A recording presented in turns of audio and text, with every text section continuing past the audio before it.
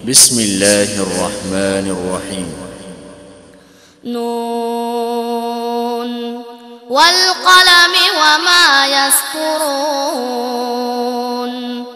ما أنت بنعمة ربك بمجنون وإن لك لأجرا غير ممنون وإنك لعلى خلق عظيم فستبصر ويبصرون بأيكم المفتون إن ربك هو أعلم بمن ضل عن سبيله وهو أعلم بالمهتدين فلا تطع المكذبين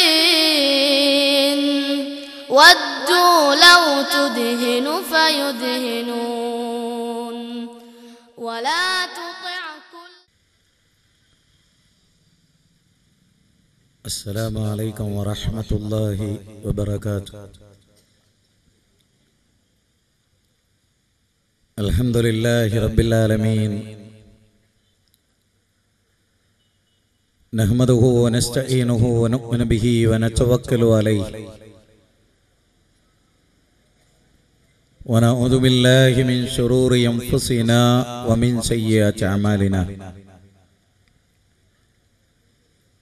من يهده الله فلا مضل له ومن يضلل فلا هادي له أشهد أن لا إله إلا الله وحده لا شريك له وأشهد أن محمدا عبده ورسوله أرسله بالهدى ودين الحق ليظهره على الدين كله ولو كره المشركون. اللهم صل على محمد وعلى آل محمد كما صليت على إبراهيم وعلى آل إبراهيم إنك حميد مجيد. اللهم بارك على محمد وعلى آل محمد كما باركت على إبراهيم وعلى آل إبراهيم إنك حميد مجيد. أما بعد فإن خير الحديث كتاب الله وخير السنن سنن محمد صلى الله عليه وسلم وشر الأمور محدثاتها وكل محدثة بدعة وكل بدعة ضلالة وكل ضلالة في النار. اتقوا الله عباد الله أوصيكم وإياي أولا بتقوى الله. إن نريد إلا الإصلاح ما استطعت وما توفيقي إلا بالله عليه توكلت وإليه أنيب. رب اشرح لي صدري ويسر لي أمري واحلل عقدة من لساني يفقهوا قولي. أعوذ بالله من الشيطان الرجيم. بسم الله الرحمن الرحيم. ومن يشاقق الرسول من بعد ما تبين له الهدى ويتبع غير سبيل المؤمنين نوله ما تولى ونصله جهنم وساءت مصيرا.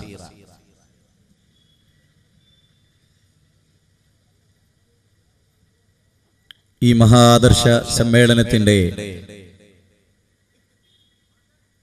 വേദിയിൽ ഉപവിഷ്ടരായിട്ടുള്ള മഹാവ്യക്തിത്വങ്ങളെ, ബഹുമാനരായ സഹോദരി സഹോദരന്മാരെ, മലയാളം ഇസ്ലാമിക് ക്ലാസ് റൂമിലൂടെ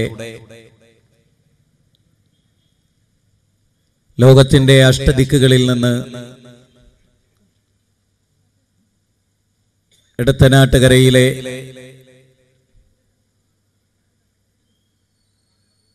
ആദർശ വിശദീകരണ സമ്മേളനത്തിൽ സംബന്ധിക്കുന്ന സഹൃദയരെ, ഈ സദസ്സിലേക്ക് ഒഴുകിയെത്തിയ നിങ്ങളോട് ആമുഖമെന്ന നിലയിൽ വളരെ പ്രധാനമായ ഒന്ന് രണ്ട് കാര്യങ്ങൾ ഓർമ്മപ്പെടുത്തുകയാണ്. പടച്ചോനാണ് അള്ളാഹുവിൻ്റെ ദീൻ. ആ ദീനിന്റെ പ്രബോധനവും അതനുസരിച്ചുള്ള ഒരു സമൂഹത്തിന്റെ സൃഷ്ടിയുമാണല്ലോ സലഫി പ്രസ്ഥാനത്തിന്റെ മൗലികമായ ലക്ഷ്യം. കേരളത്തിന്റെ നവോത്ഥാന ചരിത്രത്തിൽ നിർണായകമായ പരിവർത്തനത്തിന് സാക്ഷ്യം വഹിച്ചിട്ടുള്ള അപൂർവ പ്രദേശങ്ങളിൽ ഒന്നാണ് എടത്തനാട്ടുകാർ. സമഗ്ര മുജാഹിദ് മഹല്ലുകളുടെ കൂട്ടത്തിൽ എടവണ്ണയും ഒതായിയും എന്റെ പ്രദേശമായ ബാലുശ്ശേരി, നന്മണ്ട തുടങ്ങിയ പ്രദേശങ്ങൾ, അതിലെല്ലാം എടുത്തു പറയേണ്ട ഒരു പ്രദേശമാണ് എടത്തനാട്ടുകര പ്രദേശം. ഇവിടെ തടിച്ചുകൂടിയ നിങ്ങളോട്, ആയിരങ്ങളോട് പലതവണയായി ഇസ്ലാഹി പ്രസ്ഥാനത്തിന്റെ വേദികളിൽ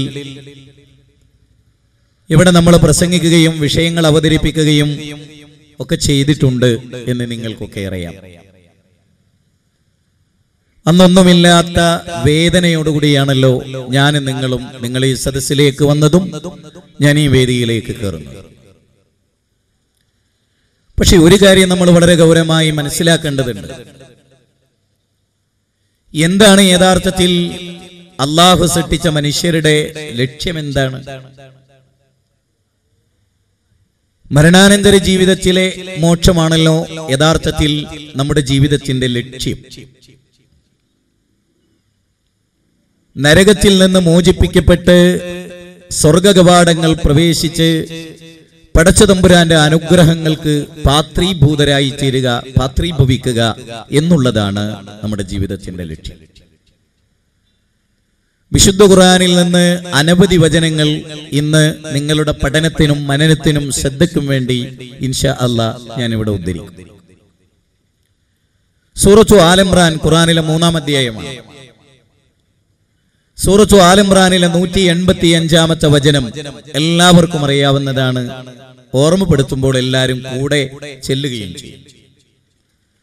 കുല്ലു നഫ്സിൻ ദായിഖത്തുൽ മൗത്ത് وإنما توفون أجوركم يوم القيامة فمن زحزح عن النار وأدخل الجنة فقد فاز وما الحياة الدنيا إلا متاع الغرور. എല്ലാ നഫ്സും മരണത്തെ ആസ്വദിക്കും. ഓരോ നഫ്സും മരണത്തെ ആസ്വദിക്കുന്നതാണ്. എല്ലാവരും മരിക്കും. നിങ്ങളുടെ ജീവിതത്തിലെ കർമ്മരേഖകളുടെ പട്ടിക നിരത്തി വിചാരണ ചെയ്യുന്നതും പ്രതിഫലം നൽകുന്നതും മരണത്തിന് ശേഷമുള്ള ഒരു ജീവിതത്തിലാണ്. നിങ്ങൾ എന്റെ പിന്നാലെ വരണം. എന്റെ പ്രസംഗത്തിന്റെ ഓരോ അക്ഷരങ്ങളിലും നിങ്ങൾ ശ്രദ്ധിക്കണം.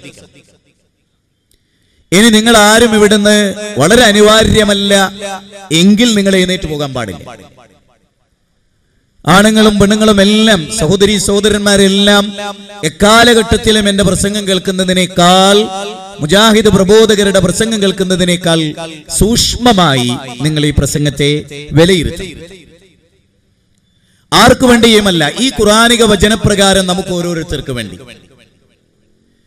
എന്നിട്ട് അല്ലാഹു സുബ്ഹാനഹു വ തആല പറയാണ്, ആർ നരകത്തിൽ നിന്ന് മോചിപ്പിക്കപ്പെടുകയും ആർ സ്വർഗാവകാശിയായി തീരുകയും സ്വർഗത്തിൽ പ്രവേശിപ്പിക്കപ്പെടുകയും ചെയ്തുവോ അതാകുന്നു വിജയം. വിജയം എന്ന് പറഞ്ഞാൽ എന്താണ്? നരകത്തിൽ നിന്ന് മോചിപ്പിക്കപ്പെട്ട് സ്വർഗത്തിന്റെ കവാടങ്ങളിലൂടെ കടന്നു പോകാൻ ഒരാൾക്ക് സാധിക്കുന്നുവെങ്കിൽ അവനാണ് വിജയിച്ചവൻ. എന്നിട്ട് അള്ളാഹു പറയാണെന്ത്? ഈ ദുനിയാവ് വഞ്ചിക്കപ്പെടുന്ന വിഭവമാണ്, മത്താഉൽ ഖുറൂറാണ്. ഈ ദുനിയാവിനേക്കാൾ അപ്പുറത്താണ് ആഖിറം എന്ന് നിങ്ങൾ മനസ്സിലാക്കണം. വമൽ ഹയാത്തുദ് ദുനിയ ഇല്ലാ മത്താഉൽ ഖുറൂർ.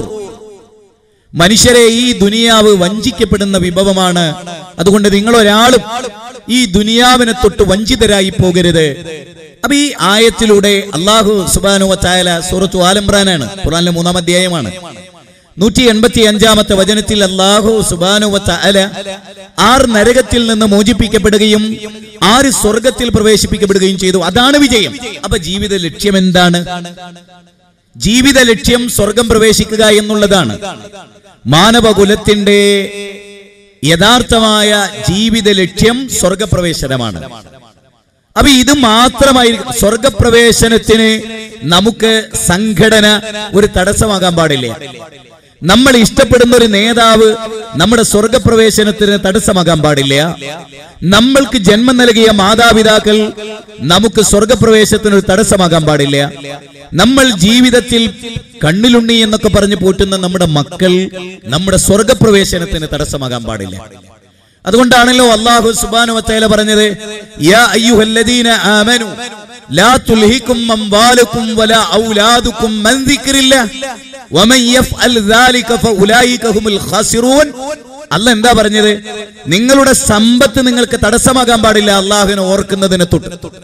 അല്ലാഹുവിനെ ഓർക്കുക എന്നുള്ളതായിരിക്കണം നിങ്ങൾക്ക് നിങ്ങളുടെ സമ്പത്തിനോടുള്ള ബന്ധത്തെക്കാളും, ഇന്നിടത്തൊക്കെ എന്ന മുതലുകളുണ്ടല്ലോ എന്ന ഓർമ്മകളെക്കാളും നിങ്ങൾക്ക് നിയലിച്ചു നിൽക്കേണ്ടത് പടച്ചോനെ കുറിച്ചുള്ള ഓർമ്മയായിരിക്കണം. മക്കളെ കുറിച്ചുള്ള ഓർമ്മകളെക്കാൾ നിങ്ങൾക്ക് ശക്തമായിരിക്കേണ്ടത് പടച്ച തമ്പുരാനെ കുറിച്ചുള്ള ഓർമ്മകളാണ്. എന്നിട്ട് അല്ലാഹു പറയാണെന്ത്? അതല്ലെങ്കിൽ ഫൗലൈക ഹുമുൽ ഖാസിറൂൻ, അവര് നഷ്ടം സംഭവിച്ചവരാണ്. ജീവിതത്തിൽ അവരാണ് നഷ്ടം സംഭവിച്ചവർ. അൽ മാലു വൽ ബനൂന സീനത്തുൽ ഹയാത്തുദ് ദുനിയ അൽ ബാഖിയാത്തുസ് സ്വാലിഹാത്ത്. അല്ലാഹു സുബ്ഹാനഹു വ തആല പറയാൻ, ഞാൻ ആദ്യം പറഞ്ഞത് 63-ാം അധ്യായം 10-ാമത്തെ വചനമാണ്. അല്ലാഹനെ ഓർക്കുന്നതിനെ തൊട്ട് മക്കൾ തടസ്സാക്കാൻ പാടില്ല. മക്കൾ എത്ര വലുതാ നമുക്ക്, അല്ലെ? പടച്ച തമ്പുരാൻ നമ്മളോട് പറയാണ്, നിങ്ങളുടെ സമ്പത്തും നിങ്ങളുടെ മക്കളും നിങ്ങൾക്ക് തടസ്സമാകാൻ പാടില്ല അല്ലാഹനെ കുറിച്ച് ഓർക്കുന്നതിനെ തൊട്ട്. ഫദ്കുറൂനി അദ്കുറുകും വഷ്കുറൂ ലീ വലാ തക്ഫുറൂൻ. നിങ്ങൾ അല്ലാഹനെ ധാരാളമായി ഓർക്കിൻ, ധാരാളമായി. അശദ്ദു ദിക്റ ഔ അശദ്ദു ദിക്റ, നിങ്ങളുടെ പിതാക്കന്മാരെക്കാളും നിങ്ങൾ അല്ലാഹനെ ഓർക്കിൻ. പടച്ചോനെയാണ് നിങ്ങൾ ഏറ്റവും ശക്തമായി ഓർക്കേണ്ടത്. അലാ, നിങ്ങളുടെ മനസ്സിന് സമാധാനം ഉണ്ടാകുക എപ്പോഴാണ്? അലാ ബിദിക്രില്ലാഹ് തത്മഇന്നുൽ ഖുലൂബ്. അല്ലാഹനെ അറിയുക വഴിയല്ലാതെ നിങ്ങളുടെ മനസ്സിനൊരു സമാധാനം ഉണ്ടാവില്ല എന്ന് സൂറത്ത് റഅദ് 13-ാം അധ്യായം അല്ലാഹുവിന്റെ ഗ്രന്ഥം 28-ാമത്തെ വചനം. ഞാൻ അതിന് തൊട്ടു മുമ്പ് പറഞ്ഞ വാചകമാകട്ടെ 2-ാം അധ്യായം സൂറത്ത് ബഖറ 152-ാമത്തെ വചനമാണ്. ഫദ്കുറൂനി അദ്കുറുകും വഷ്കുറൂ ലീ വലാ തക്ഫുറൂൻ. നിങ്ങൾ അല്ലാഹുവിനോട് നന്ദി കേട് കാണിക്കരുത്, നിങ്ങൾ അല്ലാഹുവിനെ ഓർക്കണം.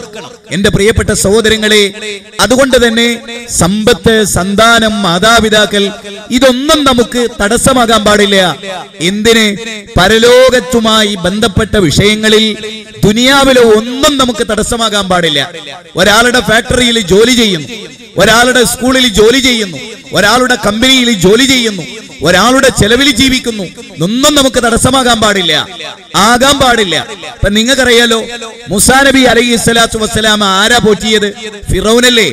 ചില ആളുകളൊക്കെ പറയാറുണ്ട്, എന്റെ ചെലവില് വളർന്ന ആളാവൻ, ഓൻ എനിക്ക് എതിരാണ് എന്ന ആളുകൾ പറയാറുണ്ട്. ഞാനാ ഓനെ പോറ്റിയത്, ഓൻ എനിക്ക് എതിരാണ്. ഞാൻ അങ്ങനെ എത്രയോ പ്രസംഗങ്ങൾ കേട്ടിട്ടുണ്ട് ഈയിടെ. സഹോദരങ്ങളെ, മൂസാ നബീനെ പോറ്റിയതാരാ? ഫിറൗനല്ലേ? ഫിറൗനിന്റെ ചെലവിലല്ലേ മൂസാ നബി വളർന്നത്? എന്ന് കരുതി ഞാൻ ഫിറൗന്റെ ചെലവിലാ, അതുകൊണ്ട് ഞാൻ ആദർശം പറയണില്ല എന്ന് കലീമുല്ലാഹി മൂസാ അലൈഹിസ്സലാം വിചാരിച്ചോ? ഇല്ലല്ലോ. ഇനി എന്റെ ചെലവിലായി എന്ന് ആര് പറഞ്ഞു? ഫിറൗൻ പറഞ്ഞു. അത് ഫിറൗന്റെ നടപടിയാ. ഇന്റെ ചെലവിലായിരുന്നു, ഇപ്പൊ എന്നെ പഠിപ്പിക്കാൻ വന്നല്ലേ എന്ന് ചോദിക്കാൻ വിശ്വാസികളെ നമുക്ക് പാടില്ല. അപ്പൊ നമ്മളെ സംബന്ധിച്ചിടത്തോളം ആരുടെ ചെലവിൽ കഴിയുന്നു എന്നതല്ല പ്രശ്നം, മറിച്ച് ആദർശമാണോ, സത്യമാണോ, ധർമ്മമാണോ, ന്യായമാണോ, നീതിയാണോ എന്ന പരിശോധനയാണ് ഒരു വിശ്വാസിയെ സംബന്ധിച്ചിടത്തോളം ഏറ്റവും മൗലികമായ കാര്യം. അല്ലേ? ആര് ചെയ്തു, ആര് പറഞ്ഞു, എന്തു പറഞ്ഞു, ഇതൊന്നില്ല. നമ്മളെ സംബന്ധിച്ചിടത്തോളം അള്ളാഹുവിന്റെ പ്രവാചകനിലൂടെ പഠിപ്പിക്കപ്പെട്ട ദീനുൽ ഇസ്ലാം, നബി സല്ലല്ലാഹു അലൈഹി വസല്ലമ പഠിപ്പിച്ച ആ മതം, അത് പൂർത്തീകരിക്കപ്പെട്ടു. ആ പൂർത്തീകരിക്കപ്പെട്ട മതമാണ് നമുക്ക് ആവശ്യം. അതനുസരിച്ചുള്ള ജീവിതത്തിനാണ് വിജയം. അതുകൊണ്ട് നിങ്ങൾ ഓരോരുത്തരും ഇന്ന് നിങ്ങളുടെ മുമ്പിൽ അനാവൃതമാകുന്ന കുറച്ച് കാര്യങ്ങൾ ഉണ്ടാവും. പടച്ചോന്റെ തൗഫീഖ് ഉണ്ടെങ്കിൽ നിങ്ങൾക്കൊക്കെ ബോധ്യപ്പെടും. ഏതൊരു ചെറിയ കുട്ടിക്കും ബോധ്യപ്പെടുന്ന വിധത്തിൽ ഇൻഷാ അല്ലാഹ് ഉദാഹരണങ്ങളിലൂടെ, ഖുർആനിക വചനങ്ങളിലൂടെ, ഹദീസുകളിലൂടെ, ചരിത്രത്തിന്റെ പിൻബലത്തിലൂടെ ഞാൻ നിങ്ങൾക്കിത് പറഞ്ഞു തരും ഇൻഷാ അല്ലാഹ്. അപ്പൊ നമ്മുടെ ലക്ഷ്യം സ്വർഗപ്രവേശനമാണ്. നമ്മൾ ആരെയാണ് ഏറ്റവും കൂടുതൽ സ്നേഹിക്കേണ്ടത്? വമിനൻ നാസി മൻ യത്തഖിദു മിൻ ദൂനില്ലാഹി അൻദാദ യുഹിബ്ബുഹും കഹുബ്ബില്ലാ. മനുഷ്യർക്കിടയിൽ ചില ആളുകളുണ്ട്, അല്ലാഹനെ സ്നേഹിക്കുന്നത് പോലെ ചില പടപ്പുകളെ സ്നേഹിക്കുന്ന ആളുകൾ മനുഷ്യർക്കിടയിലുണ്ട്. പടച്ചോനെ സ്നേഹിക്കുന്ന പോലെ അത് ശിർക്കാണെന്നാ അല്ലാഹ് പറഞ്ഞു. അല്ലാഹ്ക്ക് തുല്യമായിട്ട് ഒരാൾ മൊയ്തീൻ ശൈഖിനെ സ്നേഹിക്കുക, അല്ലാഹ്ക്ക് തുല്യമായിട്ട് ഒരാൾ മുഹമ്മദ് നബി സല്ലല്ലാഹു അലൈഹി വസല്ലമയെ സ്നേഹിക്കുക, അല്ലാഹ്ക്ക് തുല്യമായിട്ട് ഒരാൾ ഒരു നേതാവിനെ സ്നേഹിക്കുക. പാടില്ല, പാടില്ല. വല്ലദീന ആമനു അശദ്ദു ഹുബ്ബൻ ലില്ലാഹ്. ഒരാളുടെ സ്നേഹം ഏറ്റവും കഠിനമാകേണ്ടത് പടച്ചവനോടാണ്. ഇത് അല്ലാഹുവിന്റെ ഗ്രന്ഥമാണ്. 2-ാം അധ്യായം സൂറത്ത് ബഖറ 165-ാമത്തെ വചനം. ഉമർ ഇബ്നുൽ ഖത്താബ് റളിയല്ലാഹു അൻഹു മഹാനാണ്, സ്വർഗാവകാശിയാണ്. നമുക്ക് ആർക്കും ഇതിൽ അഭിപ്രായമില്ല. അല്ലാഹു സുബ്ഹാനഹു വ തആല ആ മഹാന്മാരോടൊപ്പം നമ്മെയും ചേർക്കുമാറാകട്ടെ. അല്ലാഹു നമ്മളോട് കനിവ് കാണിക്കുമാറാകട്ടെ. സഹോദരങ്ങളെ, ഉമർ ഇബ്നുൽ ഖത്താബ് റളിയല്ലാഹു അൻഹു റസൂലുള്ളാഹിനോട് പറയാണ്, എനിക്ക് ഞാൻ കഴിഞ്ഞാൽ പിന്നെ എനിക്ക് ഏറ്റവും ഇഷ്ടം അങ്ങുന്നിനോടാണ്. എന്തേ നബി സല്ലല്ലാഹു അലൈഹി വസല്ലം പറഞ്ഞത്? നബി പറഞ്ഞു, ഉമറേ, ഈമാൻ പൂർത്തിയായിട്ടില്ല, ഈമാൻ പൂർത്തിയായിട്ടില്ല ഉമറേ. ഒരു യഥാർത്ഥ മുഅ്മിനിന് അല്ലാഹ് ഏറ്റവും പ്രിയങ്കരം പിന്നെ ഞാനായിരിക്കണം. ഞാൻ കഴിഞ്ഞിട്ടേ നിങ്ങൾക്ക് ബാക്കി എന്തുണ്ടാകാൻ പാടുള്ളൂ, അല്ലേ? റസൂലിനേക്കാൾ സ്നേഹം എന്നോടാകാൻ പാടില്ല. എനിക്ക് എന്നോട് ആകാൻ പാടില്ല.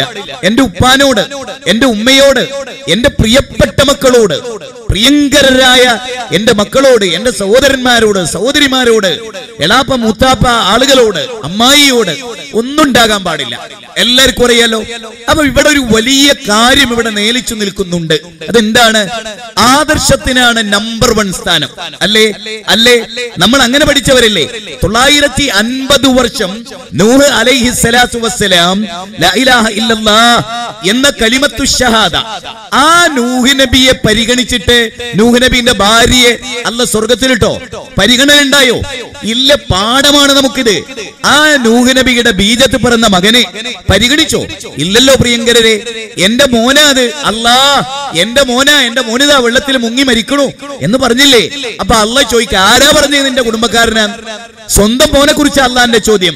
ആദർശത്തെക്കാൾ വലുതല്ല ബീജബന്ധം, രക്തബന്ധം, പുക്കിൾക്കൊടി ബന്ധം എന്നല്ലേ ഈ പറഞ്ഞത്? ആരാ നിന്നോട് നിന്റെ ആദർശ മോനെ ബന്ധുവാന്ന് പറഞ്ഞത്? നിന്റെ കുടുംബക്കാരനല്ലേന്നാ ചോദിച്ചേ അല്ലാഹുവിനോട്. അപ്പൊ അല്ലാഹ് പറയാ അല്ല. അപ്പൊ ഇസ്ലാമിക സമൂഹത്തിന്റെ കുടുംബം എന്നത് തന്നെ ആദർശ ബന്ധത്തിലാണ്. അത് കഴിഞ്ഞിട്ട് രക്തബന്ധവും അവകാശ ബന്ധവും അനന്തരാവകാശ ബന്ധവും ഒക്കെ അത് വേറെയാണ്. ഞാൻ പറയുന്നത് നൂഹ് നബി അലൈഹിസ്സലാമിനെ അല്ലാഹ് തിരുത്തുകയാണ്. അപ്പൊ ആദർശ ബന്ധത്തിന് തന്നെയാണ് പ്രധാനം. ബാപ്പാനെ ആ ബത്തിന്ന് തന്നെ ഇബ്രാഹിം നബി വിളിച്ച് ഒരു ബഹുമാനത്തിനും കുറവുണ്ടായിരുന്നില്ല, ആദരവിന് കുറവുണ്ടായിരുന്നില്ല. പക്ഷെ കണിശമാണ് ആദർശം, ആശയങ്ങൾ വ്യക്തമാണ്. നമ്മളിത് ആവശ്യമില്ലാത്ത വൈകാരികത, ഏത് ഇന്ന ആളല്ലേ, ഇത്ര കാലം ഉണ്ടായിരുന്ന ആളല്ലേ, ഇങ്ങനെയുള്ള ആളല്ലേ, ആ വകയല്ല. മറിച്ച് വളരെ കൃത്യമായിരിക്കണം ഇസ്ലാമിക ബോധം നമ്മുടേത്. തീർന്നില്ല. വളരെ മഷൂറായ ഫേമസ് ആയ ഒരു ഹദീസിലേക്ക് ഞാൻ നിങ്ങളുടെ ശ്രദ്ധ ക്ഷണിക്കുകയാണ്. സലാസുൻ, ഓരോന്ന് നിങ്ങൾ ശ്രദ്ധിക്കണം, ഓരോന്നും നിങ്ങൾ ശ്രദ്ധിക്കണം. സലാസുൻ മൻ കുന്ന ഫീഹി വജദ ബിഹിന്ന ഹലാവത്തൽ ഈമാൻ മൻ കാന അല്ലാഹു വറസൂലുഹു അഹബ്ബ ഇലൈഹി മിമ്മാ സിവാഹുമാ. ഹദീസിന്റെ ആദ്യ ഭാഗമാണ് ഞാൻ പറയുന്നത്. 3 കാര്യങ്ങളിൽ ഒരാൾ ഇസ്ലാമിന്റെ മാധുര്യം ആസ്വദിക്കണം. സലാസുൻ മൻ കുന്ന ഫീഹി വജദ ബിഹിന്ന ഹലാവത്തൽ ഈമാൻ. ഈമാനിന്റെ മാധുര്യം 3 കാര്യങ്ങളിലാണ്. അത് ഒന്നാമത്തേത് എന്താണ്? ഒരാൾക്ക് ഏറ്റവും ഇഷ്ടം അല്ലാഹുവിനോടാവുക, പിന്നെ റസൂലിനോടാവുക. എന്നിട്ട് ഹദീസ് പറയുന്നത് എങ്ങനെ? മിമ്മാ സിവാഹുമ, അത് രണ്ടുമല്ലാത്ത മറ്റെന്തിനേക്കാളും, നേതാക്കന്മാരെക്കാൾ, സംഘടനയേക്കാൾ, മാതാപിതാക്കളെക്കാൾ, ഉമ്മയേക്കാൾ, കൂട്ടുകുടുംബങ്ങളെക്കാൾ, സ്വത്തിനേക്കാൾ, വ്യവസായത്തെക്കാൾ, എന്തിനേക്കാളും ഒരാൾക്ക് ഏറ്റവും പ്രിയങ്കരം എന്താകണം? ഏറ്റവും പ്രിയങ്കരം അയാൾക്ക് അല്ലാഹു റസൂലാവണം എന്ന് പറഞ്ഞാൽ അതിന്റെ മൈന എന്താണ്? ഒരാൾക്ക് ഏറ്റവും പ്രിയങ്കരം ഖുർആനും സുന്നത്തും ആകണം, അല്ലേ? അല്ലാഹുവിന്റെ അള്ളാഹുവിന്റെ ഗ്രന്ഥം, ആ ഗ്രന്ഥമനുസരിച്ചുള്ള ജീവിതം, നബി സല്ലല്ലാഹു അലൈഹി വസല്ലമയോടുള്ള സ്നേഹം, അദ്ദേഹത്തിന്റെ സുന്നത്ത്, ഇതെല്ലാം ഉൾക്കൊള്ളുന്നതാണ് ആ പറഞ്ഞത്. അതെങ്ങനെയാണ് നമ്മൾ മനസ്സിലാക്കേണ്ടത്? നബി സല്ലല്ലാഹു അലൈഹി വസല്ലം നമ്മെ പഠിപ്പിച്ച പോലെ അല്ലെ, നമുക്ക് ഏറ്റവും പ്രിയങ്കരം അള്ളാഹിനോടായിരിക്കണം അല്ലെ. നമ്മുടെ സാധാരണ സുബൈക്ക് നമ്മളോട് പറയാൻ, വീട്ടിലേക്ക് പോകുമ്പോൾ സുബൈസ്കാരൊക്കെ കഴിഞ്ഞ് ആ പ്രഭാതത്തിന്റെ കിരണങ്ങളൊക്കെ വന്നാൽ റളീതു ബില്ലാഹി റബ്ബൻ വബിൽ ഇസ്ലാമി ദീനൻ വബി മുഹമ്മദിൻ സല്ലല്ലാഹു അലൈഹി വസല്ലമ നബിയ. വല്ലാത്തൊരു കാര്യമാണ്. ഈ പോയിന്റ് ഒരിക്കലും മറക്കരുത്. അള്ളാഹുവിനെ ആയിരിക്കണം ഒരാൾക്ക് ഏറ്റവും പ്രിയങ്കരം. പിന്നെ അള്ളാന്റെ ദീൻ, റസൂലുള്ളാഹി സ്വല്ലല്ലാഹു അലൈഹി വസല്ലം തൃപ്തിപ്പെടണം നമ്മൾ പൂർണ്ണമായി. അതിനെതിരായി വരുന്ന ഏതേത് സമീപനങ്ങളും അവരാരായിരുന്നാലും സ്നേഹത്തോടെ അവരോട് വിയോജിക്കാനുള്ള വിശാലമായ ദീനി ബോധം നമുക്ക് എല്ലാവർക്കും ഉണ്ടാകണം. വിശുദ്ധ ഖുർആനിലെ നമ്മൾ അറിയണം ഒരു കാര്യം, നമ്മൾ അറിയണം, നമ്മുടെ ഖബറിലേക്ക് നമ്മൾ ഒറ്റക്കാട്, പള്ളിക്കാട്ടിലെ 6 അടി മണ്ണിൽ ആരോരുമില്ലാത്ത ഖബർസ്ഥാനിൽ നാം ഒറ്റക്കാണെന്ന ബോധം നമുക്കുണ്ടാകണം. അതേ, പൊട്ടാമി മുൻതുള്ളി പിൻചോരക്കട്ട, പിന്നെ നീ കാഷ്ടം ചുമന്നൊരു കൊട്ട, പെട്ടാലോ ചത്തിച്ചക് മല്ല പൊട്ട, പറവിന്നൂടേലിൻ ബഹുമാനം പൊട്ട. സുജായി മൊയ്തു മൗലവിയുടെ വാക്കുകളാണ്. എന്താ അത്? പൊട്ടാമി മുൻതുള്ളി പിൻചോരക്കട്ട, പിന്നെ നീ കാഷ്ടം ചുമന്നൊരു കൊട്ട, പെട്ടാലോ ചത്തിച്ചക് മല്ല പൊട്ട, പറവിന്നൂടേലിൻ ബഹുമാനം പൊട്ട. നീ ആരാണ്? നീ ജീവിതത്തിൽ ആദ്യം തെറിച്ചു വീഴുന്നൊരു ഇന്ദ്രിയത്തുള്ളിയായിരുന്നു. ഇന്ന് നീ പലതുമാണ്. നിന്റെ പ്രസവം നടന്നപ്പോൾ ആളുകൾ ചിരിച്ചു. അൻചല്ലദീ വലദതുക ഉമ്മുക ബാഖിയ വന്നാസു ഹൗലക യൽഹഖൂന സുറൂറ വജഹദി ലിനഫ്സിക അൻ തകൂന ഇദാ ബഖൗ ഫീ ഹാലി മൗതിക അല്ലാഹിക മസ്റൂറ. നീ, നിന്റെ ഉമ്മ നിന്നെ പ്രസവിച്ചപ്പോ ആളുകൾ നിന്റെ ചുറ്റിലും നിന്ന് ചിരിച്ചു, സന്തോഷിച്ചു. അന്ന് നീ കരഞ്ഞു.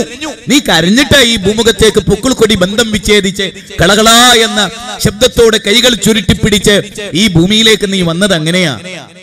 അതുകൊണ്ട് നീ ലോകത്തോട് വിട പറയുമ്പോ നിനക്ക് സമ്പാദിച്ചുകൊണ്ട് കടന്നു പോകാൻ കഴിയണം. ആ സമ്പാദ്യം ഇസ്ലാമിന്റെ പാതേയമാണ്, കർമ്മങ്ങളാണ്, വിശ്വാസങ്ങളാണ്, ആചാരങ്ങളാണ്, സ്വഭാവങ്ങളാണ്, സംസ്കാരങ്ങളണ്. ഇതെല്ലാം കൂടിച്ചേർന്ന ഇസ്ലാമാണ്.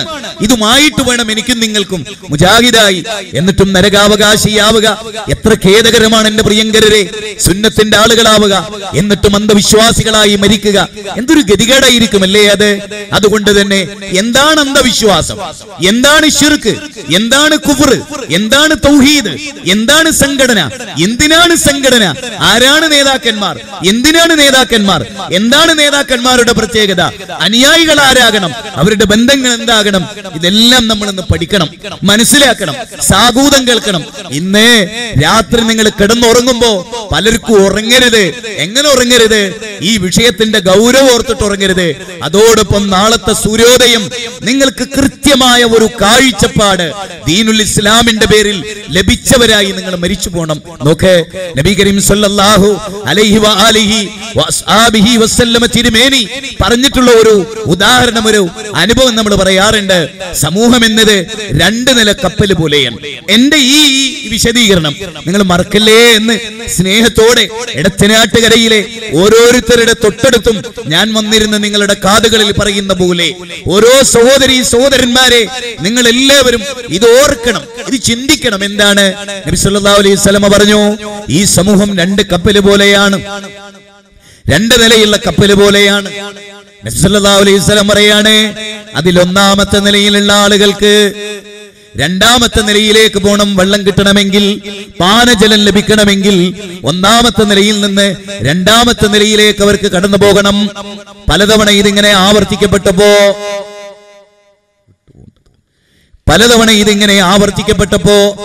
താഴെയുള്ള ആളുകൾക്ക് തോന്നാണ് എന്ത്, മേലെയുള്ളവരിങ്ങനെ ഇടക്കിടക്ക് പോയിട്ട് വെള്ളം എടുത്തിട്ട് ഇങ്ങനെ ബുദ്ധിമുട്ടിക്കണ്ട.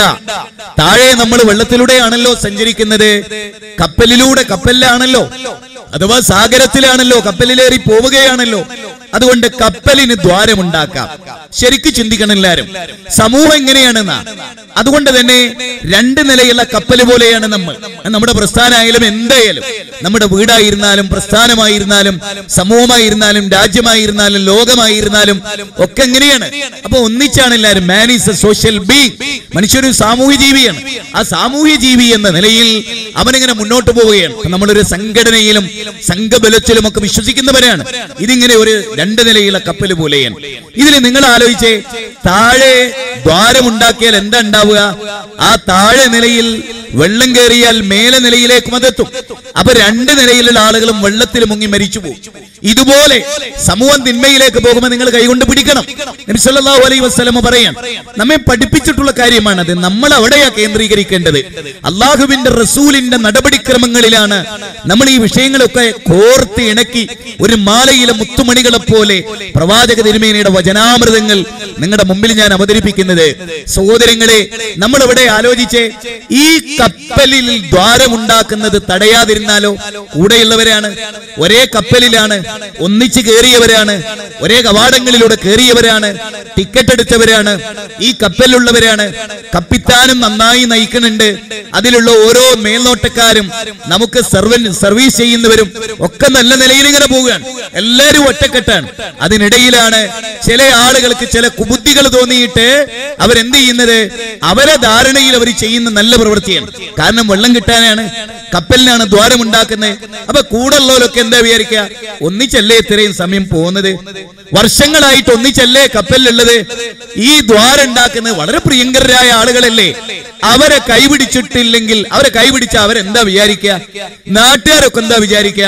ഞങ്ങൾ കപ്പലിൽ പ്രശ്നക്കാരായ ബാക്കിയുള്ളവരൊക്കെ എന്താ വിചാരിക്കുക എന്ന് വിചാരിച്ചാൽ സഹോദരങ്ങളെ, ആ വിചാരിക്കുന്നവരെയും കൊണ്ട് കപ്പൽ മുങ്ങൂലേ? നശിച്ചു പോകൂലേ? അപ്പൊ എന്ത് ചെയ്യാ? ആരും അറിയാതെ തന്നെ അവരോട് കാര്യങ്ങളൊക്കെ പറയാ. എല്ലാ നിലക്കും പറഞ്ഞിട്ട് അവർ ആ ധാർഷ്ട്യത്തെ തന്നെ മുന്നോട്ട് പോകുകയാണെങ്കിലോ? അപ്പൊ എല്ലാരെയും വിവരറിയിക്കേണ്ടി വരും. ഇങ്ങനെ ഒരു അപകടം വരാൻ പോകുന്നുണ്ട്, നമ്മൾ ഒന്നിച്ച് മുങ്ങാൻ പോകുന്നുണ്ട്, നമ്മുടെ കപ്പൽ മുങ്ങാൻ പോകുന്നുണ്ട്. നമ്മുടെ കപ്പലിലുള്ളവർ തന്നെ, ഇതിനെ നയിക്കുന്ന കപ്പിത്താനും അതിലൊരു പങ്കാളിത്തമുണ്ട്. അതുകൊണ്ട് വളരെ കെയർഫുൾ ആകണം.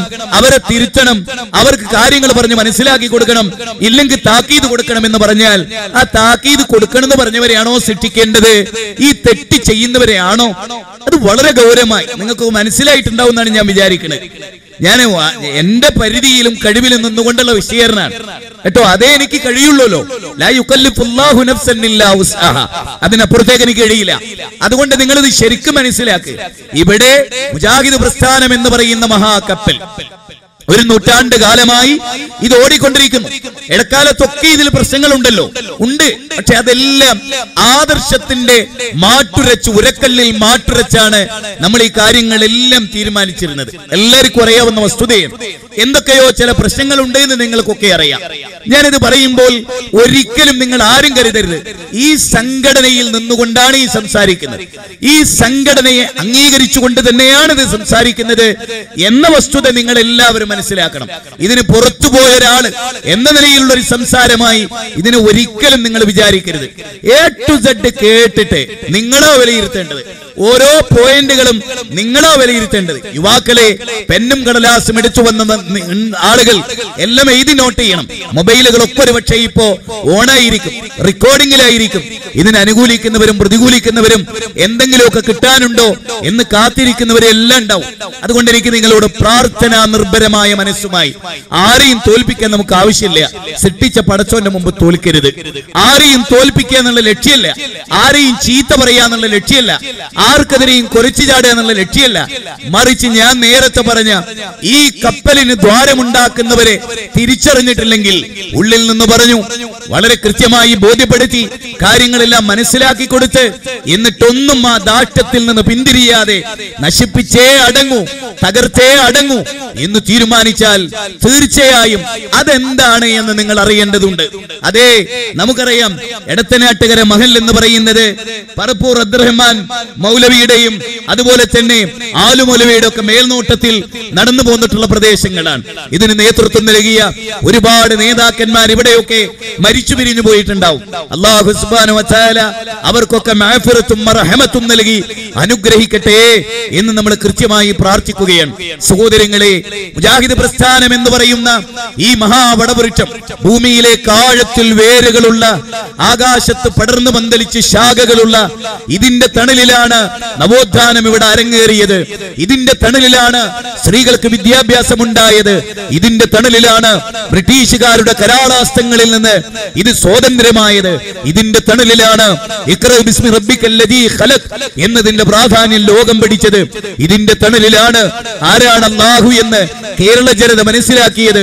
ഇതിന്റെ തണലിലാണ് നബി സല്ലല്ലാഹു അലൈഹി വസല്ലം ആരെന്ന് മനസ്സിലാക്കിയത്. ഇതിന്റെ തണലിലാണ് എന്താണ് മൻഹജുസ് സലഫ് എന്ന് ലോകം തിരിച്ചറിഞ്ഞത്. ഇതിന്റെ തണലിലാണ് വിദഅത്തിന്റെ ഗൗരവം എന്താണെന്ന് മനസ്സിലാക്കിയത്. ഇതിന്റെ തണലിലാണ് സുന്നത്തിന്റെ മൗലികത മനസ്സിലാക്കിയത്. ഇതിന്റെ തണലിലാണ് ജീവിത ലക്ഷ്യത്തെ കുറിച്ചുള്ള മനസ്സിലാക്കൽ നടന്നിട്ടുള്ളത്. ഇതിന്റെ തണലിലാണ് നരകസ്വർഗങ്ങളെ കുറിച്ചുള്ള പഠനങ്ങൾ നടന്നിട്ടുള്ളത്. ഇതിന്റെ തണലിലാണ് അമ്പിയാക്കളെ കുറിച്ചും മൗലിയാക്കളെ കുറിച്ചുമുള്ള പഠനങ്ങൾ നടന്നിട്ടുള്ളത്. ഇതിന്റെ തണലിലാണ് മുഅ്ജിസത്തും കറാമത്തും എന്തെന്ന് നടന്നിട്ടുള്ളത്. ഇതിന്റെ തണലിലാണ് ഇബാദത്താകുന്ന പ്രാർത്ഥനയുടെ പൊരുൾ നമ്മൾ മനസ്സിലാക്കിയത്. സഹോദരങ്ങളെ, അതുകൊണ്ട് തന്നെ എന്റെ പ്രിയങ്കരരായ, ഞാൻ സ്നേഹിക്കുന്ന, എന്നെ സ്നേഹിക്കുന്ന ഇസ്ലാഹി പ്രസ്ഥാനത്തെ ലബ്ബാദാരിമി പറഞ്ഞ പോലെ കണ്ണിലുണ്ണിയായി കാത്തു സൂക്ഷിക്കുന്ന ഒരു പോറലും ഇതിനേൽക്കരുത്. കാരണം ഇതൊരു പ്രബോധന സംഘമാണ്. ഭൗതികമായ താല്പര്യങ്ങളില്ലാത്ത, സ്വാർത്ഥമായ താല്പര്യങ്ങളില്ലാത്ത ഒരു മൗലിക സംഘമാണിത്. അവിടെ വളരെ പ്രധാനമായി ഒരു കാര്യം നമ്മൾ ഓർക്കണം. യൗമ യഫിറുൽ മർഉ മിൻ അഖീഹി വ ഉമ്മിഹി വ അബീഹി വ സ്വഹിബതിഹി വ ബനീഹി ലികുല്ലി ഇംറിഹിം മിൻഹും യൗമഇദിൻ ശഅ്നുൻ യുഗ്നി എന്ന വസ്തുത നമ്മൾ കാതലായി മനസ്സിലാക്കണം. ബാപ്പ കൂട്ടിനില്ലാതെ, ഭർത്താവ് കൂട്ടിനില്ലാതെ, മാതാപിതാക്കളില്ലാതെ, ബന്ധുമിത്രാദികളില്ലാതെ ഒറ്റക്ക് പടച്ച തമ്പുരാന്റെ മുമ്പിൽ നമ്മൾ ചെന്ന് നിൽക്കുന്ന ഒരു ദിനം, അത് നമ്മൾ മറക്കരുത്. ഖുർആനിലെ 80-ാം അധ്യായം 34 മുതൽ 37 വരെയുള്ള വചനങ്ങൾ നമ്മുടെ മുമ്പിൽ അനാവൃതമാകുന്നത് ഇവിടെയാണ്. ആരോരുമില്ലാത്ത ആ ഖബർസ്ഥാനിൽ നമ്മൾക്ക് രക്ഷപ്പെടാനുള്ള വിശ്വാസമേത്, കർമ്മമേത്, ആചാരമേത്, നമ്മുടെ സംഘടനയുടെ പ്രത്യേകത എന്ത്, ഇതരിൽ നിന്നുള്ള നമ്മുടെ വ്യതിരിക്തമായ അവസ്ഥാവിശേഷങ്ങൾ എന്ത്, ഇതെല്ലാം നമുക്കിന്ന് ചർച്ച ചെയ്യേണ്ടതുണ്ട്. എല്ലാ ഭാഗങ്ങളും വിശാലമായി കടന്നു പോകാൻ നമുക്ക് സാധിക്കുകയില്ല, ആരോഗ്യപരമായി സാധിക്കുകയില്ല, പല കാരണങ്ങളാൽ സാധിക്കുകയില്ല. അതുകൊണ്ട് സഹോദരങ്ങളെ, നിങ്ങൾ കേൾക്കൂ, മനസ്സിലാക്കൂ. കേൾക്കരുത് എന്നത് മുജാഹിദുകളുടെ ശബ്ദമല്ല, പോകരുത് എന്നത് മുജാഹിദുകളുടെ ശബ്ദമല്ല, ആ കേസറ്റ് കേൾക്കരുത് എന്ന് മുജാഹിദുകളുടെ ശബ്ദമല്ല, ആ പണ്ഡിതന്റെ പ്രസംഗം കേൾക്കരുത് എന്ന് നമ്മുടെ ശബ്ദമല്ല, ആ പോസ്റ്റർ പിച്ചി ചീന്തനം എന്ന് പറയും നമ്മുടെ ശബ്ദമല്ല. നമ്മുടെ ശത്രുക്കൾ നാളിതുവരെ ചെയ്തു പോകുന്നതും നമ്മളതിനെ എതിർത്തതും അത് ചെയ്യരുത് എന്ന മാനവികതയുടെ പേരിൽ നമ്മൾ ലോകത്തോട് പറഞ്ഞതും ജനാധിപത്യ പ്രക്രിയയുടെ അടിസ്ഥാനത്തിൽ അത് പാടില്ലാത്തതാണെന്നും ഇന്ത്യൻ ഭരണഘടനയുടെ മൗലികാവകാശങ്ങളിൽ the preamble of constitution, Indian ഭരണഘടനയുടെ ആമുഖത്തിൽ ഫണ്ടമെന്റൽ റൈറ്റ്സ് ആയി നമ്മൾ എണ്ണിയിട്ടുള്ളതാണ്. നിരീശ്വരവാദിക്ക് അത് പ്രചരിപ്പിക്കുന്ന പോസ്റ്റർ ഒട്ടിക്കാനുള്ള സ്വാതന്ത്ര്യം, ബിംബാരാധകനെ അത് പ്രചരിപ്പിക്കാനുള്ള, ഖബറാരാധകനെ അത് പ്രചരിപ്പിക്കാനുള്ള, മരണവേളയിൽ പോലും ലഅനല്ലാഹു യഹൂദ വന്നസാറ ഇത്തഖദു ഖുബൂറ അംബിയാഇഹിം മസാജിദ എന്ന് തിരുനബി പറഞ്ഞിട്ട് പോലും ഖബറിടങ്ങളിൽ ഉറൂസ് നടക്കുന്ന പോസ്റ്ററുകൾ ആയിരങ്ങൾ ചുമരുകളിൽ പതിച്ചിട്ടും അത് ഹറാമാണെന്ന് അറിഞ്ഞിട്ടും അതുവഴി ശിർക്കിലേക്കുള്ള പോക്കാണത് എന്നറിഞ്ഞിട്ടും അവിടെ പ്രകടമായ ശിർക്ക് നടക്കുന്നുണ്ടെന്നും ഹറാമുകൾ നടക്കുന്നുണ്ടെന്നും കറാഹത്തുകൾ നടക്കുന്നുണ്ടെന്നും എല്ലാം അറിഞ്ഞിട്ടും ആ പോസ്റ്റർ ഒട്ടിക്കാൻ സമസ്തക്കാരന് സ്വാതന്ത്ര്യം വകവെച്ചു കൊടുത്തത് ഇതൊരു ജനാധിപത്യ രാജ്യമായതുകൊണ്ടാണ്. സംഘപരിവാരങ്ങൾക്ക് അവരുടെ പോസ്റ്ററുകൾ ഒട്ടിക്കാൻ അവകാശം നൽകിയത് അതുകൊണ്ടാണ്. ബാബരി മസ്ജിദിന്റെ തായിക കുടങ്ങൾ തകർത്ത സംഘപരിവാരങ്ങളുടെ ആയിരക്കണക്കിന് നോട്ടീസുകൾ ഇവിടെ ഉണ്ടായത് അതുകൊണ്ടാണ്. ശിവസേനയുടെ ബാൽ താക്കർ ഒരു മുസ്ലിമിനാൽ കൊല്ലപ്പെട്ടതല്ല, സ്വാഭാവികമായി മരിച്ചതാണ്. ഇസ്ലാമിനെതിരെ അവർ നടത്തിയ പ്രസംഗങ്ങൾക്ക് എതിരായ ആയുധം കൊണ്ട് മറുപടി പറഞ്ഞവരല്ല നമ്മൾ. ന്യായങ്ങൾ നോക്കി, ന്യായാന്യായങ്ങൾ നോക്കി, ധർമാധർമ്മങ്ങൾ നോക്കി, നീതിന്യായങ്ങൾ നോക്കി സ്വാതന്ത്ര്യത്തിന്റെ പൊൻപുലരി അനുഭവിച്ച നാം ശീലിച്ചു പോകുന്ന ചര്യകൾക്കെതിരെ ആരൊക്കെയോ ഇപ്പൊ പുതിയ നടപടികൾ, പ്രബോധകന്മാർ പോലും നോട്ടീസ് പറച്ചു ചീന്തുന്ന, ഉപേക്ഷ പേറ്റിക്കുന്ന, അത് പിച്ചിച്ചീന്തുന്ന അവസ്ഥാവിശേഷങ്ങളിലേക്ക് മണ്ഡലം സെക്രട്ടറിമാർ, മണ്ഡലം പ്രസിഡന്റുമാർ, ജില്ലാ സെക്രട്ടറിമാർ നോട്ടീസ് കീറുവാൻ, പോസ്റ്റർ കീറുവാൻ, അതുപോലെ തടുക്കുവാൻ, പോകുന്നവരെ ശിക്ഷിക്കുവാൻ, നടപടികൾ എടുക്കുവാൻ സന്നദ്ധത കാണിക്കുന്ന അതീവ ദാരുണമായ സലഫി പ്രസ്ഥാനം കഴിഞ്ഞ നൂറ്റാണ്ടുകളിലൊന്നും അനുവർത്തിച്ചു പോന്നിട്ടില്ലാത്ത ഒരു സമീപനത്തിലേക്ക് കാര്യങ്ങൾ എത്തി നിൽക്കുമ്പോ നാം ഒന്നറിയുക, നമ്മുടെ സർക്കുലർ അയക്കുന്നുവല്ലേ, മാന്യതയുള്ള ഒരു സംഘടനയുടെ, മാന്യതയുള്ള നൂറ്റാണ്ടുകൾ നമ്മൾ കാത്തു സൂക്ഷിച്ച സാംസ്കാരിക പൈതൃകങ്ങളുടെ കടക്ക് കത്തിവെച്ചുകൊണ്ട് നമ്മൾ ഉത്തരവാദിത്തപ്പെട്ട ലെറ്റർ പേഡുകളിൽ സർക്കുലറായി വരുന്നു.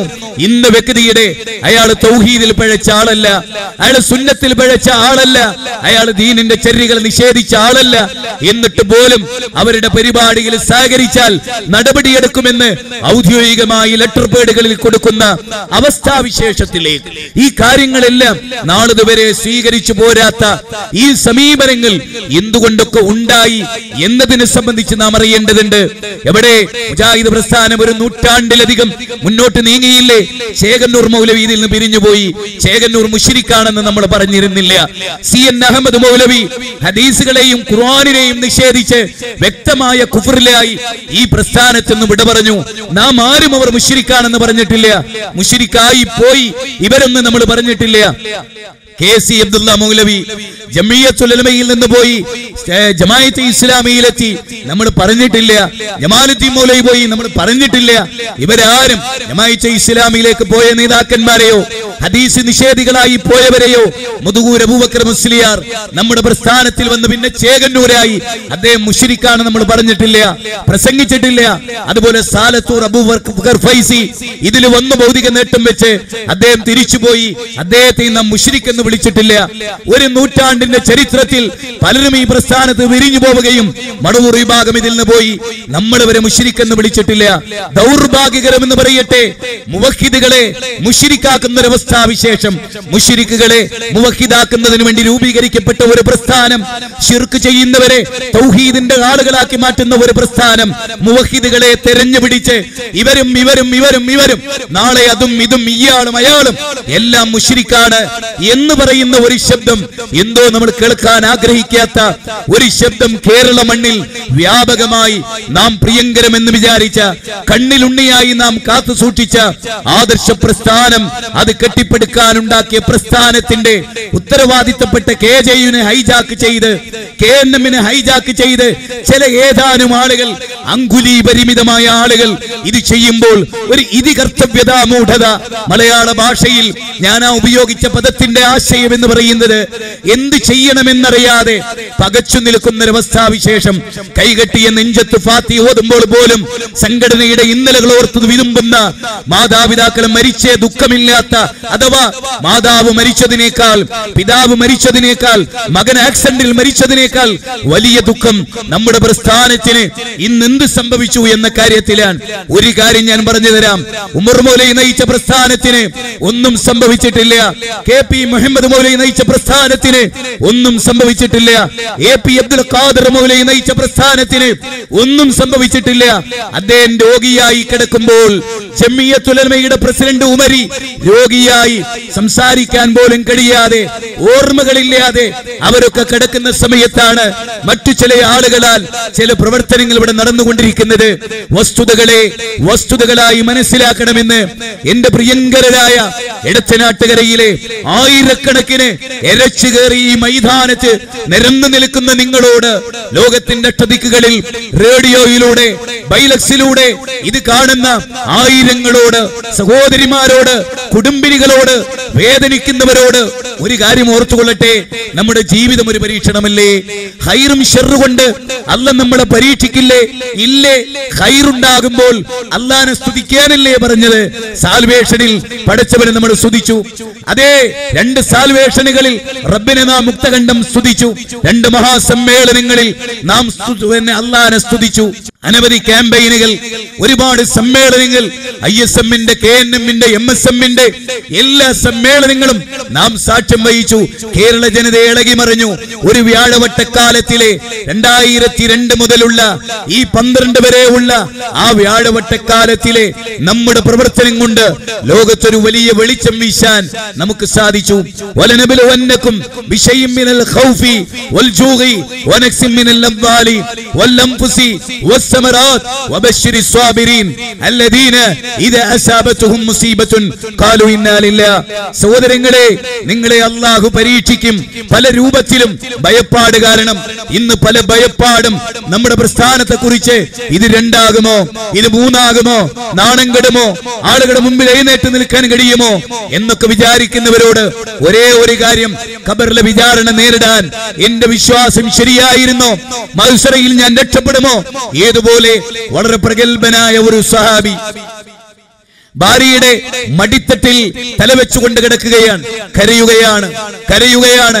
കരഞ്ഞ് കണ്ണുനീർ ഭാര്യയുടെ മടിത്തട്ടിലേക്ക് വീഴുന്നു. ഭാര്യ കരയുന്നു. ഭാര്യ ചോദിക്കുകയാണ്, അങ്ങുന്ന് എന്തിനാ കരയുന്നത്? ഈ പ്രഗത്ഭനായ സ്വഹാബി ചുരുക്കി പറയുകയാണ്, ഞാൻ കരഞ്ഞത് വളരെ പ്രധാനമായ വിശുദ്ധ ഖുർആനിലെ ഒരു വചനം ഓർത്തുകൊണ്ടാണ്. ഏതാണ് പ്രിയങ്കരരെ ആ വചനം? നമ്മൾ ഓർക്കണം. നോക്കൂ, വിശുദ്ധ ഖുർആൻ പറയാൻ, നിങ്ങളിൽ ഒരാളും തന്നെ ഇല്ല ആ നരകത്തിന്റെ വക്കിൽ വരാത്തവരായിട്ട്. കാന അലാ റബ്ബിക ഹത്മൻ മഖ്ലിയ വഇൻ മിൻകും ഇല്ലാ വാരിദുഹാ കാന അലാ റബ്ബിക ഹത്മൻ മഖ്ലിയ. 19-ാം അധ്യായം 71-ാമത്തെ വചനമാണ്. മരണാനന്തര ജീവിതത്തിലേക്ക് അടുത്തുകൊണ്ടിരിക്കുന്ന പ്രായം ചെന്ന കാരണവന്മാരോട്, പ്രായം ചെന്ന സഹോദരിമാരോട് ഈ ആയത്തോർത്തുകൊണ്ടാണ് ഞാൻ കരയുന്നത് എന്ന് പ്രഗത്ഭനായ സ്വഹാബി. എന്തേ അദ്ദേഹം കരയാനുള്ള കാരണം? ഈ നരകത്തിന്റെ വക്കിൽ വരാത്തവരായിട്ട് നിങ്ങളിൽ ഒരാളും തന്നെ ഇല്ല. അതല്ലാന്റെ ഖണ്ഡിതമായ തീരുമാനമാണ്. അമ്പിയാക്കൾ അവിടെ വരും, ഔലിയാക്കൾ അവിടെ വരും, സിദ്ദീഖുകൾ വരും, രക്തസാക്ഷികൾ വരും, അവരെല്ലാം അവിടെ വരും. ആ നരകത്തിന്റെ വക്കിലൂടെ കടന്നു പോകുമ്പോൾ എന്തായിരിക്കും എന്റെ അവസ്ഥ? ഇത് ഓർത്തുകൊണ്ടാണ് ഞാനും നിങ്ങളും ഇവിടെ ഇരിക്കേണ്ടത്. നമുക്ക് രക്ഷപ്പെടേണ്ടതില്ലേ? നമുക്ക് സ്വർഗത്തിൽ പ്രവേശിക്കേണ്ടതില്ലേ? അത് മാത്രമല്ലേ നമ്മുടെ മൗലികമായ ലക്ഷ്യം? അതിനപ്പുറത്ത് ദുനിയാവിന്റെ താല്പര്യങ്ങൾ, ഞാൻ എന്താകും, എന്നെ കുറിച്ച് ബാക്കിയുള്ളവർ എന്ത് വിചാരിക്കും, അല്ല എന്നെ കുറിച്ച് എന്റെ റബ്ബ് എന്ത് വിചാരിക്കും? സത്യം എന്റെ മുമ്പിൽ ഉണ്ടായിരുന്നു, അസത്യവും എന്റെ മുമ്പിൽ ഉണ്ടായിരുന്നു. ഇത് അസത്യമാണെന്ന് എനിക്കറിയാമായിരുന്നു. ഇവിടെ ഒരുപാട് തകരാറുണ്ട് എന്നെനിക്കറിയാമായിരുന്നു. ഞാൻ എന്റെ ഭൗതിക താല്പര്യത്തിന് വേണ്ടി അതൊക്കെ മാറ്റിവെച്ചുവല്ലോ എന്ന് പറയുന്ന ഒരവസ്ഥാവിശേഷം നമുക്കുണ്ടാകാൻ പാടില്ല. അതുകൊണ്ട് തന്നെ സഹോദരങ്ങളെ, ഈ വിഷയമെല്ലാം ചില തെളിവുകളുടെ അടിസ്ഥാനത്തിൽ നാം അറിയേണ്ടതുണ്ട്, നാം മനസ്സിലാക്കേണ്ടതുണ്ട്. എന്താണ് യഥാർത്ഥത്തിൽ മുജാഹിദ് പ്രസ്ഥാനം? എന്തുകൊണ്ട് ആളുകൾ ചോദിക്കും, നിങ്ങളെ ജമാഅത്തെ ഇസ്ലാമിയിലേക്ക് നോക്കൂ, അവിടെ എന്തെങ്കിലും പ്രശ്നമുണ്ടോ എന്നാണ് ചോദ്യം. നിങ്ങൾ ഇന്ന പ്രസ്ഥാനങ്ങളിലേക്ക് നോക്കൂ, അവിടെ എന്തെങ്കിലും പ്രശ്നമുണ്ടോ എന്ന് പല ആളുകളും ചോദിക്കും. അതെ, അവിടെ പ്രശ്നമില്ല എന്നല്ല. പിന്നെ എന്താ കാര്യം? ജമാഅത്തെ ഇസ്ലാമിയിൽ മതപരമായ കാര്യങ്ങളിൽ അഭിപ്രായ ഭിന്നതാ ചർച്ചകളില്ല. അവിടെ 1000 ആളുകൾ കൂടിയാൽ അവർക്ക് 1000 അഭിപ്രായമായിരിക്കും ഉണ്ടാവുക. സീർ ഫലിക്കുമോ? ഫലിക്കുമെന്ന് പറയുന്നവർ, ഫലിക്കില്ല എന്ന് പറയുന്നവർ, ജിന്നുണ്ടോ എന്ന് ചോദിച്ചാൽ ഇല്ല എന്ന് പറയുന്നവർ വരെ ഉണ്ടാവും. അങ്ങനെ പല ടൈപ്പ് ആളുകളും അവരുടെ കൂട്ടത്തിൽ ഉണ്ടാവും. എന്തായാലും കുഴപ്പമില്ല, കൈ കെട്ടണോ കെട്ടാം, കെട്ടാതിരുന്നാൽ കുഴപ്പമില്ല, നെഞ്ഞത്താവണോ ആവാം, പള്ളക്കാവണോ ആവാം, എന്തും. അഭിപ്രായ ഭിന്നത ഉണ്ടാവണമെങ്കിൽ പ്രമാണങ്ങളുടെ വെളിച്ചത്തിൽ ചർച്ച ഉണ്ടാവണം. അതവിടെ ഇല്ല, സമസ്തയിലില്ല, തബ്ലീഗിലില്ല. എന്നാൽ പരലോകത്തെ മുൻനിർത്തിയുള്ള ചർച്ചകളെല്ലാം മുജാഹിദ് പ്രസ്ഥാനത്തിലാണുള്ളത്. അതുകൊണ്ട് തന്നെ പ്രിയപ്പെട്ടവരെ, ആ പ്രസ്ഥാനത്തിൽ അഭിപ്രായ ഭിന്നത ഉണ്ടാവുക സ്വാഭാവികമാണ്. നരകത്തിലേക്കുള്ള വഴി കാണുമ്പോൾ, സ്വർഗത്തിൽ നിന്ന് തെറ്റിപ്പോകുന്ന അവസ്ഥാവിശേഷം ഉണ്ടാകുമ്പോൾ തീർച്ചയായും ചർച്ചയുണ്ടാകും. രണ്ടാമതൊരു കാര്യം കൂടിയുണ്ട്. പിഴച്ച സംഘങ്ങളെ പിഴപ്പിക്കേണ്ട ആവശ്യം ഇബ്ലീസിനില്ല. പിഴക്കാത്ത സംഘങ്ങളെ, ശിർക്കിലായവരെ ശിർക്കിലേക്ക് നയിക്കേണ്ട കാര്യം ഇബ്ലീസിനില്ല. വിദഅത്തിലായവരെ അതിലേക്ക് നയിക്കേണ്ട കാര്യം ഇബ്ലീസിനില്ല. അധർമ്മത്തിലായവരെ അതിലേക്ക് കൊണ്ടുവരേണ്ട ആവശ്യം അവർക്കില്ല. അനീതിയിലായവരെ അങ്ങോട്ട് കൊണ്ടുവരേണ്ട ആവശ്യം ഇബ്ലീസിനില്ല. മറിച്ച് ഇതിനെല്ലാം സൂക്ഷ്മത പുലർത്തുന്ന സലഫി പ്രസ്ഥാനം, അതാണ് ലോകാടിസ്ഥാനത്തിൽ ഇബ്ലീസിന്റെ ലക്ഷ്യങ്ങളിൽ നമ്പർ 1 ലക്ഷ്യമായി വരുന്ന ഒന്ന്. രണ്ടാമതായി നാം അറിയണം, ആ ശത്രു സൈന്യങ്ങൾക്കെല്ലാം ഇസ്ലാമിക സമൂഹത്തിൽ ഏറ്റവും വെറുപ്പുള്ളത് സലഫികളോടാണ്. ജൂതലോബികൾക്ക്, ക്രൈസ്തവ ലോബികൾക്ക്, സംഘപരിവാരങ്ങൾക്ക്, ഷിയാക്കൾക്ക്, ഇസ്ലാമിന്റെ ശത്രുക്കൾക്ക്, സലഫി പ്രസ്ഥാനത്തിന്റെ എതിരാളികൾക്ക് ഇതിനോടാണ് ഏറ്റവും വലിയ ശത്രുതയുള്ളത് എന്ന വസ്തുത നാം അറിയേണ്ടതുണ്ട്. അതുകൊണ്ട് ഇവിടെ പ്രശ്നമുണ്ടാകും, അഭിപ്രായ ഭിന്നതകൾ ഉണ്ടാകും, പ്രമാണങ്ങൾ വെച്ചുള്ള മാറ്റുരക്കൽ ഉണ്ടാവും. സുന്നത്തിന് ഗൗരവമാകുമ്പോൾ ഹദീസ് നിഷേധികളെ നമുക്ക് നിലക്ക് നിർത്തേണ്ടി വരും. ശിർക്കിലേക്ക് ആളുകളെ വിളിച്ചാൽ നാം അത് നോക്കി നിൽക്കുകയില്ല. കുഫറിലേക്ക് ആളുകളെ വിളിച്ചാൽ നാം അത് നോക്കി നിൽക്കുകയില്ല. അതേ ശിർക്കല്ലാത്തതിനെ ശിർക്കാക്കുന്ന പാരമ്പര്യം നമുക്കില്ല. ശിർക്കായതിനെ തൗഹീദാണെന്ന് പറയുന്ന പാരമ്പര്യവും നമുക്കില്ല. അതുകൊണ്ടാണ് ജമാഅത്തെ ഇസ്ലാമി പലതും ശിർക്കാക്കി. ശൂറ കൂടി തോന്നിയതെല്ലാം വോട്ട് ചെയ്യൽ ശിർക്കാക്കി, ഇലക്ഷനിൽ മത്സരിക്കൽ ശിർക്കാക്കി, അതുപോലെ വക്കീൽ പണി ശിർക്കാക്കി, ജഡ്ജ്മെന്റ് ശിർക്കാക്കി. അതുപോലെ അനിസ്ലാമിക സ്ഥാപനങ്ങളിലുള്ള പഠനം താഗൂത്തി ഗവൺമെന്റിന് പാദസേവയാക്കി മാറ്റി. അത് മുഖാന്തരം അത് ശിർക്കായി തീർന്നു. അങ്ങനെ കണ്ണിൽ കണ്ടതെല്ലാം ശിർക്കാക്കിയ ജമാഅത്തെ ഇസ്ലാമി, അതല്ല നമ്മുടെ പ്രസ്ഥാനം. ഇന്ന് ആ ഒരു അവസ്ഥാവിശേഷത്തിലേക്ക് ചില ആളുകൾ നമ്മുടെ പ്രസ്ഥാനത്തെ പിടിച്ചു കെട്ടുമ്പോ അതാണ് ശരി എന്നാണോ നമ്മൾ പറയേണ്ടത്? സ്നേഹത്തോടെ ഞാൻ നിങ്ങളോട് ചോദിക്കുന്നു, അതാണോ നമ്മൾ യഥാർത്ഥത്തിൽ പറയേണ്ടതാണോ? അതുകൊണ്ട് തന്നെ ഈ വിഷയങ്ങളെല്ലാം ചില ആളുകളുടെ സംസാരമാകുന്ന ക്ലിപ്പിങ്ങുകളുടെ അകമ്പടികളോടെ നിങ്ങൾ ശരിക്ക് ശ്രദ്ധിക്കുകയും കേൾക്കുകയും മനസ്സിലാക്കുകയും കാര്യങ്ങൾ വിവച്ഛേദിച്ച് അറിയുകയും ചെയ്യണം. സമസ്തക്കാർ ആഹ്ലാദത്തിലാണ്, മടവൂരികൾ ആഹ്ലാദത്തിലാണ്. എന്തേ കാരണം? ആരാണ് അവർക്ക് സന്തോഷം നൽകിയത്? ആരാണ് അത്? അബ്ദുൽ ജബ്ബാർ മൗലവിയല്ല, സക്കരിയ സ്വലാഹി അല്ല, ഈയുള്ളവനല്ല, ഞങ്ങളെ പോലെയുള്ള പ്രബോധകരല്ല. ആരാണ് അവർക്ക് ആഹ്ലാദം നൽകിയത്? ഒരു നൂറ്റാണ്ട് കാലത്തെ മുജാഹിദ് പ്രസ്ഥാനത്തിന് തടയിട്ട, അതുപോലെ കേരള സമസ്ത കേരള ജംഇയ്യത്തുൽ ഉലമ ഇക്കാലം അത്രയും സന്തോഷിക്കാത്ത സന്തോഷം മണ്ണാർക്കാട് വാദപ്രതിവാദം നടന്നപ്പോ അവർ ദുഃഖിക്കുകയായിരുന്നു. ഉസങ്കടി വാദപ്രതിവാദം നടന്നപ്പോ അവർ ദുഃഖിക്കുകയായിരുന്നു. മണ്ണാർക്കാട് അതുപോലെ എടമുട്ടത്ത് വാദപ്രതിവാദം നടന്നപ്പോ അവർ ദുഃഖിക്കുകയായിരുന്നു. പല വാദപ്രതിവാദങ്ങളും കേരളത്തിൽ നടന്നപ്പോൾ അവർ ദുഃഖിക്കുകയായിരുന്നു. പൂനൂര് വാദപ്രതിവാദം അവർക്ക് ദുഃഖമായിരുന്നു. കുണ്ടലോട് വാദപ്രതിവാദം അവർക്ക് ദുഃഖമായിരുന്നു. കൊട്ടപ്പുറം വാദപ്രതിവാദം അവർക്ക് ദുഃഖമായിരുന്നു. സമസ്തയുടെ രൂപീകരണത്തിന് ശേഷം അവരുടെ കാലമെന്ന് അവർ വിശേഷിപ്പിച്ച, സമസ്തയുടെ കാലമെന്ന് അവർ വിശേഷിപ്പിച്ച, മുജാഹിദ് പ്രസ്ഥാനത്തിന്റെ മരണമണി മുഴങ്ങി എന്നവർ വിശേഷിപ്പിച്ചത് മൂവാറ്റുപുഴയിലെ യുവപ്രബോധകരായ നാം ഏറെ ഇഷ്ടപ്പെടുന്ന നമ്മുടെ പ്രബോധകർ പങ്കെടുത്ത ഒരു വാദപ്രതിവാദമായിരുന്നു. അതിനുശേഷം കേരളക്കരയിലെ പ്രസിദ്ധീകരണങ്ങളിൽ, ഇതര സംഘടനകളിൽ വമ്പിച്ച പുകിലുകൾ ഉണ്ടായി. ആരാണ് അതിന്റെ കാരണക്കാർ? ആരുടെ വാദപ്രതിവാദമാണ് അവരെ വേദനിപ്പിക്കുന്നത്? ആരുടെ ഇടപെടലാണ് അവരെ വേദനിപ്പിച്ചത്? ആരാണ് അവർക്ക് ആയുധം നൽകിയത്? സമസ്ത പുരോഹിതന്മാർക്ക് സന്തോഷിക്കാൻ, കാന്തപുരത്തിന് സന്തോഷിക്കാൻ, പേരോടിന് സന്തോഷിക്കാൻ, അലവിക്ക് സന്തോഷിക്കാൻ, അക്സനിമാർക്ക് സന്തോഷിക്കാൻ, ഇരു സമസ്തക്കാർക്ക് സന്തോഷിക്കാൻ, അമ്പലക്കടവിന് സന്തോഷിക്കാൻ ആരാണ് അവസരം നൽകിയത്? എന്താണ് അവരുടെ പ്രവർത്തനം? എന്റെ പ്രിയങ്കരരെ, നാം അതുമായി ബന്ധപ്പെട്ട് ചില കാര്യങ്ങൾ ഇവിടെ അറിയേണ്ടതുണ്ട്. ഇനി നമ്മൾ എന്താണ് ഇവിടെ ഉണ്ടായിക്കൊണ്ടിരിക്കുന്ന വിഷയങ്ങൾ എന്താണ്? സഹോദരിമാരെ, സഹോദരന്മാരെ, ഇതെല്ലാം ശ്രദ്ധിച്ച് ഒരാശയപരമായി നമുക്കിടയിൽ ഒരു പ്രശ്നം വരുമ്പോൾ